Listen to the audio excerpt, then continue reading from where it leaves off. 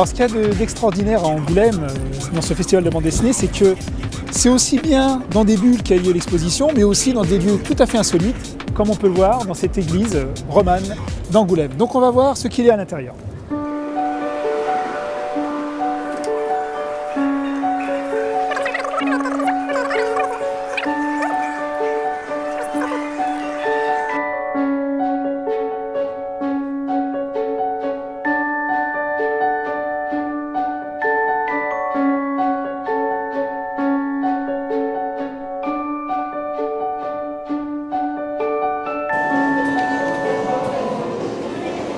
Voilà, maintenant je me trouve à l'intérieur donc, de cette église et je suis allé à la rencontre de Titane, qui est une dessinatrice qui est rare dans ce métier et qui va nous parler de sa nouvel album de bande dessinée qui vient de sortir et qui s'appelle Dieu qui l'a dit.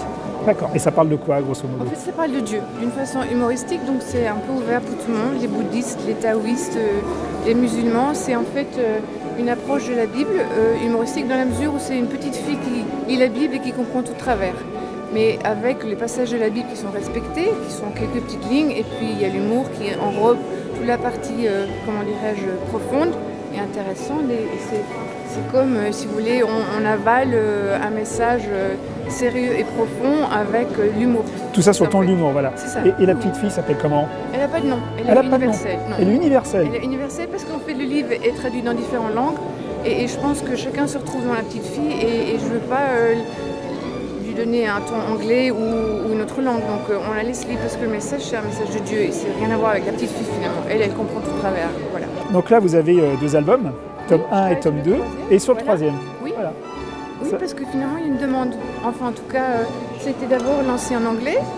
En Australie, en Nouvelle-Zélande, et puis à l'île Maurice, et puis ça a été traduit en français, et puis il y a l'éditeur qui l'a pris, et puis ça part maintenant sur la France, la Suisse et la Belgique. Donc même si c'est un thème assez désuet, que peu de gens finalement apprécient, finalement il y a un auditeur pour ça, donc voilà.